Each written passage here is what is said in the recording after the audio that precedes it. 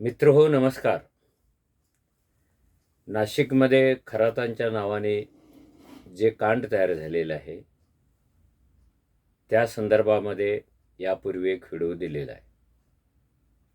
पण मला असं वाटलं की हे प्रकरण इथून पुढे काही वर्षे कोर्टाच्या बाहेर चालणार आहे.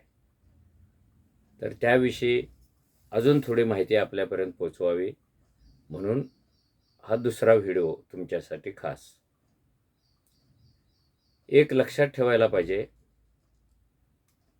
खरात काय किंवा काल नांदेडमध्ये महिलांचा छळ करणारा दुसरा भोंदू साधू काय, त्यापूर्वी महाराष्ट्रात ठिकठिकाणी असे सापडलेले भोंदू काय, ही काही एका रात्रीतली एका दिवसातली निर्मिती नसते. समाजामध्ये ज्या बऱ्या वाईट गोष्टी जन्माला येतात त्याप्रमाणे हे भोंदू पण जन्माला येत असतात. त्यांना खत पाणी देणाऱ्या गोष्टी समाजामध्येच असतात. कोण कोणती तरी पीडा घेऊन जगत असतो, कोण कोणत्या तरी छळाचा बळी झालेला असतो, कोण दारिद्र्याच्या चिखलात अडकलेला असतो, कोण नोकरीसाठी भटकत असतो, कुणाचे नातेसंबंध बिघडलेले आहेत. हे सगळे प्रश्न सामान्य माणसाच्या गळ्यात जन्मापासून मृत्यूपर्यंत असतात. यातल्या अनेक प्रश्नांची झटपट उत्तरं पाहिजेत, झटपट उतारा पाहिजे, म्हणून बरेच लोक अशा भोंदू महाराजांच्याकडे जातात. याचा अर्थ काय की समाजात तयार झालेल्या विषमतेतून, पेच प्रसंगातून भोंदू बाबा जन्माला येतात. ते संत तुकारामांच्याही काळात होते, ते कबीरांच्याही काळात होते, ते बुद्धाच्याही काळात होते. समाज जसा जसा निर्माण झालेला आहे तसं 24x7 भोंदूंची निर्मिती होतच असते. ते केवळ अध्यात्माच्या क्षेत्रातच असतात असं नाही, ते अन्य क्षेत्रामध्ये पण असतात, डुप्लिकेट. आत्ता ह्या सगळ्या ज्या गोष्टी वाढायला लागलेल्या आहेत त्याच्यामागे 10 कारणं असतील तर एक कारण राजकारणसुद्धा आहे. राजकारण जेव्हा गलिच्छ होतं, राजकारण जेव्हा उकिरड्यामध्ये जातं, राजकारण जेव्हा डुकरावर बोलायला लागतं, तेव्हा असे भोंदू तयार होतात आणि तयार झालेल्यांना प्रतिष्ठा देण्याचं काम राजकारण करत असतं. कारण अन्य सामान्य नागरिकाप्रमाणे राजकारण्यांचे पण प्रश्न असतात, ते पण असुरक्षित असतात, त्यांच्याही भानगडे असतात, त्यांचेही पेच प्रसंग असतात. आणि लांब पल्ल्याचा राजकीय प्रवास करायचा असेल तर त्यांनासुद्धा झटपट उत्तरं लागतात. सर्वात महत्त्वाचं म्हणजे सगळ्यात मोठा समूह कॉमन माणसाचा हा बाबा बुवाच्या समोर तयार होतो आणि या समूहाचं राजकारणामध्ये मतात रूपांतर करण्यामध्ये जे वेगळे वेगळे डाव लढवले जातात राजकारण्यांच्याकडून, त्यात एक डाव म्हणजे ह्या साधू संन्यासांना किंवा भोंदूंना शरण जाणं. ह्या प्रकरणामध्ये आता अशी चर्चा चालू आहे की अर्धा डझन मंत्री त्याच्यात अडकलेले आहेत, 2-3 डझन राजकीय नेते अडकलेले आहेत, 2-3 डझन सरकारी वरिष्ठ अधिकारी अडकलेले आहेत आणि मग सामान्य माणसं तरी असंख्य आहेत. हे का अडकले? त्यांना कुणी अडकवलं? ते स्वेच्छेने अडकवले की त्यांच्या डोक्यात सुद्धा राजकीय लाभ होता? एका महाराजाला भेटल्यानंतर, त्याच्या सभेत गेल्यानंतर 10-10, 15-15 हजार लोकांच्या समोर आपलं ब्रँडिंग होतं. आणि हा UPचा पॅटर्न. आज जे केंद्रात अनेक मोठे नेते दिसतात त्या प्रत्येकांचा एक साधू आहे, एक महाराज आहे. तो गर्दी गोळा करतो आणि ती गर्दी या नेत्याकडे वळवतो, त्याचं ब्रँडिंग करतो. जेव्हा जेव्हा नेत्याचं आणि बुवाचं चांगलं चाललेलं असतं तेव्हा काहीच अडचणी येत नाहीत. पण याच्यात काही व्यत्यय झाला तर मग त्यांच्यात सुद्धा संघर्ष चालू होतो. पण तो तयार व्हायला खूप वेळ लागते. तोपर्यंत तो बुवा, तो बाबा, त्याचं मस्तक आभाळाला भिडलेलं असतं आणि तिथून त्याला खाली खेचणं अवघड जातं. हे खराताचं सुद्धा असंच आहे. मी असं आपल्याला सांगतोय, राजकारण जेव्हा उकिरड्या जाऊन बाळंत होतं तेव्हा त्या बाळंतपणातून जन्माला येतात ते भोंदू साधू, भोंदू बाबा. त्यामुळे हे राजकारण आता उकिरड्या जायचं थांबणार नाही आहे. ते रोज तिथेच चाललेलं आहे, तिथेच बाळंत व्हायला लागलेलं आहे, तिथेच ते व्यायला लागलेलं आहे. तर हा साधू जो आहे, कथित साधू, कथित बुवा, हा काय नाशिकमध्ये 8 दिवसापूर्वी मोठा झालेला नाही आहे. त्याची हिस्ट्री तपासा ना.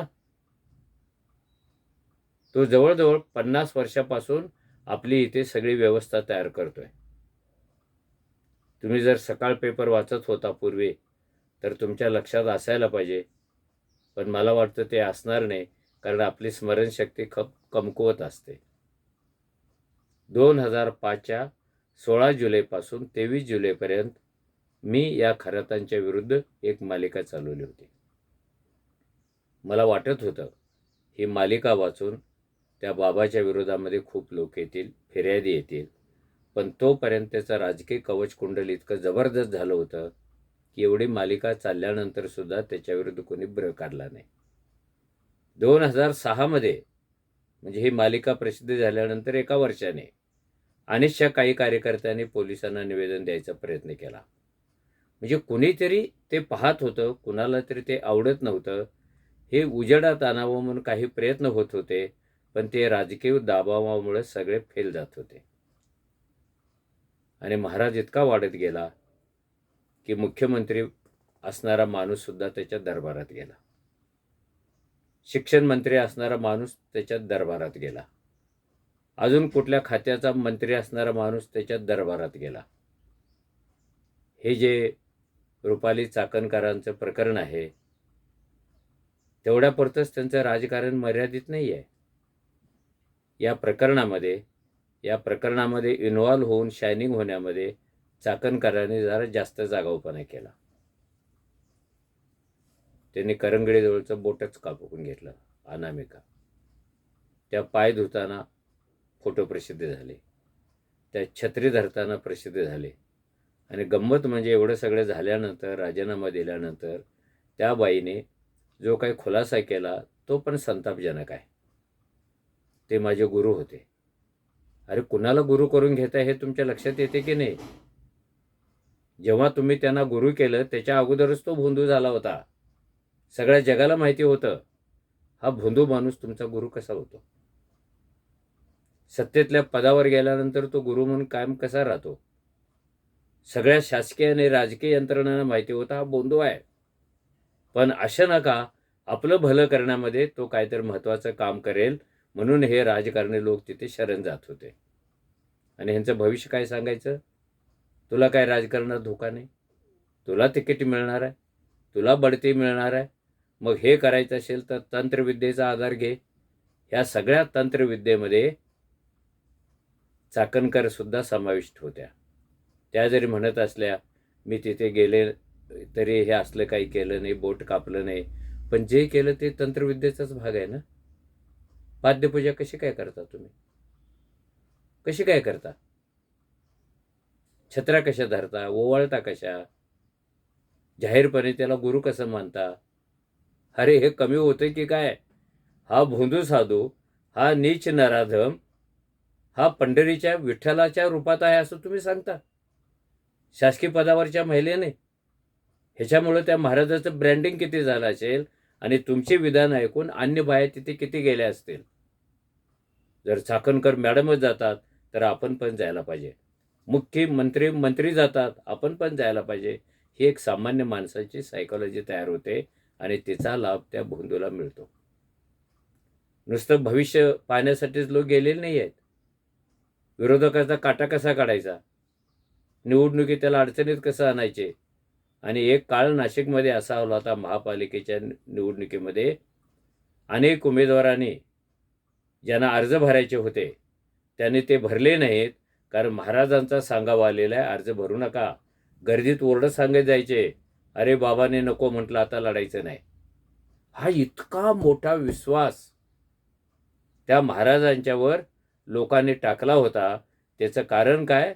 काही खरी खोटी 2-4 कामं त्यांनी केली असतील आणि ही जी सगळी सत्तेतली ऊब त्याच्या पायाजवळ येत होती, सत्ता त्याचे पाय धुत होती, सत्ता त्याची सगळी कामं करत होती, सत्ता त्याला जागा देत होती, त्याला पाणी देत होती, त्याला वीज देत होती, त्याच्या मागे शासकीय फौजफाटा उभा करत होते.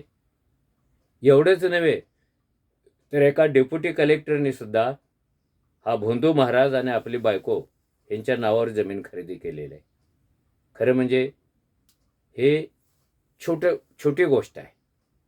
ह्याच्यापेक्षा मोठ्या काय झाल्या असतील त्याच्यावर अजून चर्चा चालू नाही आहेत. म्हणून मी सांगितलं तुम्हाला, समाजातला राजकारणाला जेव्हा वास यायला लागतो, दुर्गंधी सुटते, ती जीवनाची सगळी अंग व्यापून टाकायला लागते. कारण यांच्या विरुद्ध कोणीच बोलू शकत नाही ना.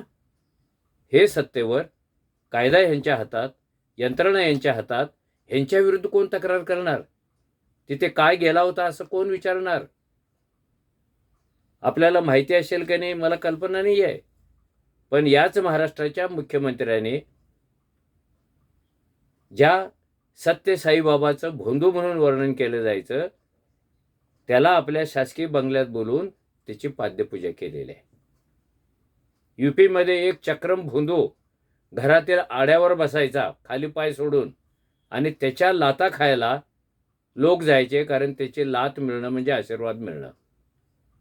केंद्रातले मोठे मोठे मंत्री गेलेले आहेत, त्याच्या पायाखाली थांबून बाबा लात मार, बाबा लात मार असे आळवणी करतानाचे फोटो प्रसिद्ध झालेले आहेत. आणि त्याच्यावर सुद्धा मी अधूनमधून लिहित आलेलो आहे.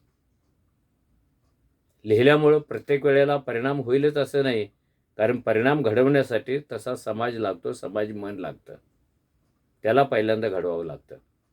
ते घडलं की भोंदूंचा जन्म थांबतो. राजकारणी तिकडे जायचं थांबतात. पण आत्ता तरी तसं चित्र दिसत नाही. राजकारणाला प्राप्त झालेलं प्रचंड महत्त्व, जगण्याच्या सगळ्या विकासाच्या वाटा राजकारणातूनच जातात असं तयार झालेलं सूत्र, राजकारण हाच सगळ्या समस्यावरचा उपाय आहे याची लोकांना झालेली खात्री. त्यामुळं हे राजकारण टिकून ठेवण्यासाठी, ते डेव्हलप करण्यासाठी जिथे जावं लागेल तिथे ते जातात. महाराष्ट्रामध्ये एक असाच वादग्रस्त साधू आला होता, पण त्याच्या सभेला गेलो होतो कोण? महाराष्ट्राचा प्रमुख. माहिती नाही तुम्हाला तो कोण आहे? आणि एकदा का ह्या भोंदूंना सर्वत्र पाठिंबा झाला तर ते लोखंडासारखे होतात, आयर्न मॅन होतात. ते कोणाचं ऐकत नाहीत, ते डिक्टेटर होतात, ते काही पण बोलायला लागतात. एका महाराजांनी सांगितलं की इंग्रजांना पोरी पुरवण्यासाठी सावित्रीबाईंनी शाळा चालू केली. काय केलं त्या महाराजांचं? हे होणार नाही आहे, कारण राजकारण त्याच्यात अडकलेलं आहे. आणि हे सगळे भोंदू महाराज कोणत्या ना कोणत्या राजकीय नेत्यांचे गुरु आहेत, शिष्य आहेत, सपोर्टर आहेत. आणि शिष्यांची संख्या जास्त आहे.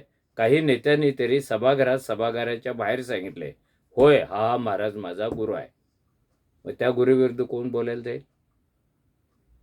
त्यामुळं हा काही सिनेमा नाही आहे.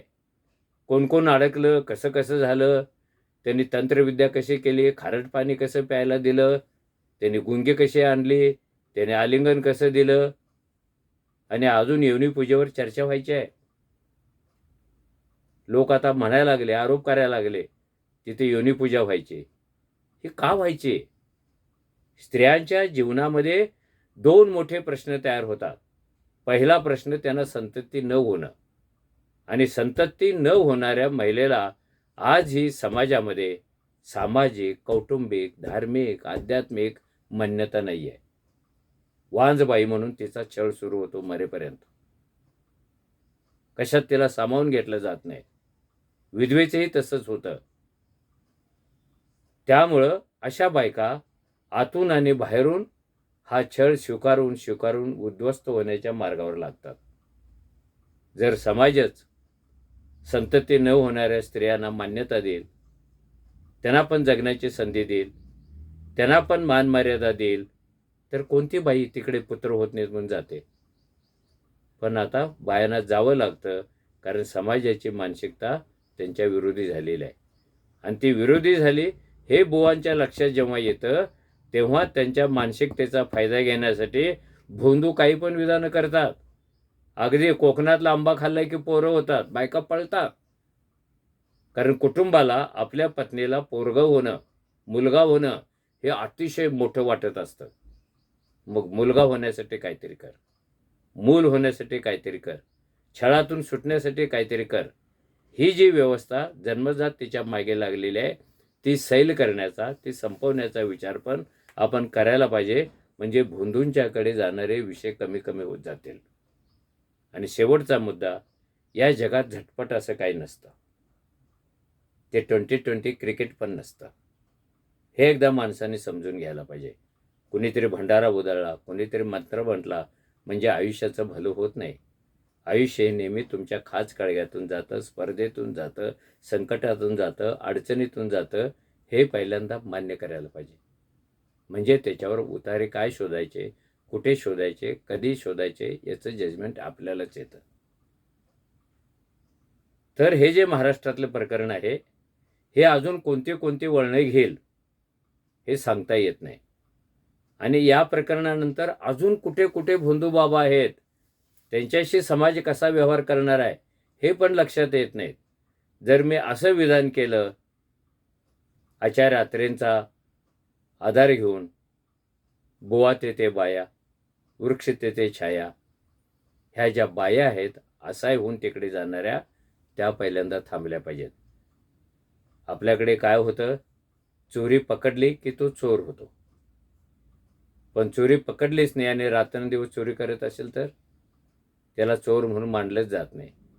असे अजून भोंदू असतील, असे अजून चमत्कारी बाबा असतील, जे कोणत्या न कोणत्या प्रकारे छळ करत असतील, अन्याय करत असतील, चमत्कार करत असतील, ते उजेडात आले नाहीत, कारण त्यांच्याविरुद्ध अजून आवाज उठलेलाच नाही. मला वाटतं समाजाने असा आवाज उठवायला शिकलं पाहिजे. आणि एक सुंदर क्षण महाराष्ट्राच्या जीवनात आला पाहिजे, तो म्हणजे फुले शाहू आंबेडकरांचा महाराष्ट्र भोंदूमुक्त झाला, असा तो क्षण. आपण वाट पाहूया, आपण स्वप्न पाहूया आणि इथेच थांबूया. धन्यवाद.